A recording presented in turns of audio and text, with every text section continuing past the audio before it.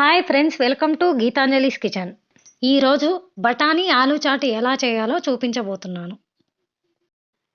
ముందుగా stove on చేసుకొని ఒక కడాయిని తీసుకొని 2 స్పూన్ల ఆయిల్ వేసుకొని హీట్ చేయాలి.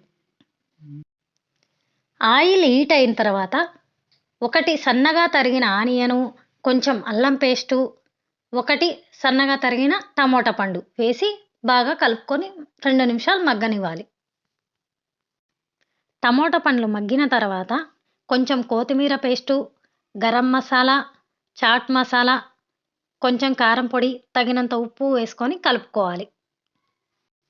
తరువాత కొంచెం చింతపండు రసం వేసి కలుపుకొని 1 కప్పు ఉడికించిన బఠానీలను వేసుకొని ఉడికించిన 2 ఉర్లగడ్డ ముక్కలను వేసి కలుపుకోవాలి.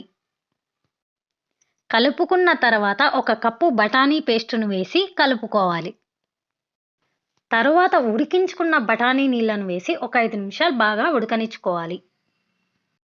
ఉడికించుకున్న తర్వాత ఒక ప్లేట్లోకి సర్వ్ చేసుకొని కొంచెం ఆనియను, కొంచెం టమోటా, కొంచెం కొత్తిమీర, కొన్ని కారాలు వేసుకోవాలి.